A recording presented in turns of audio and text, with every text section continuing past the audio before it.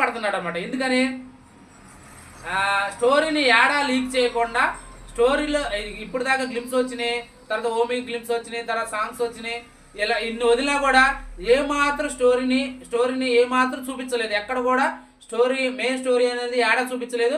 మరి ట్రైలర్లో అన్న చూపిస్తాడో, లేదంటే ఓజీ అరాచకే చూపిస్తాడో, లేదంటే ఓజీకి పడేదే చూపిస్తాడో, లేదా కొద్దిగా అన్న స్టోరీ అన్న చూపిస్తాడో లేదో చూడాలి. ట్రైలర్ కోసం వెయిట్ అండ్ సీ అనమాట. ఫ్యాన్స్ చాలా ఆతృతగా ఎదురు చూస్తున్నారు.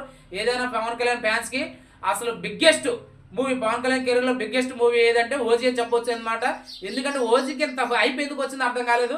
మరి తమ్మన బీజం వల్ల వచ్చిందో, లేదంటే పవన్ కళ్యాణ్ సరికొత్తగా చేస్తున్నాడు దానివల్ల వచ్చిందో, మొత్తానికి అయితే ఏదైనా సుజిత్ తన అభిమాన హీరోని ఏ విధంగా గబ్బర్ సింగ్ థియేటర్లో ఒక కచ్చీపు కట్టుకొని థియేటర్కి వెళ్ళి కాగితాలు విసిరేసిన సుజిత్ మరి తన అభిమాన హీరోని ఓజీని పవన్ కళ్యాణ్ని ఏ విధంగా చూపించబోతున్నాడు.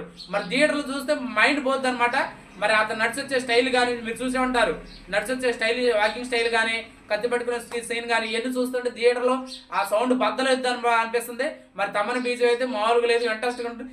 అక్కడ తమిళ వాళ్ళకి అక్కడ బక్కటోడు ఉంటే, ఇక్కడ తెలుగు ఆడియన్స్ తెలుగు వాళ్ళకి మా బండోడు ఉన్నాడని నాకు తెలిసి తమ్మను అంట చూపిస్తున్నాడు అనమాట. తమ్మను అయితే ప్రాణం పెట్టాడు అనిపిస్తుంది అనమాట.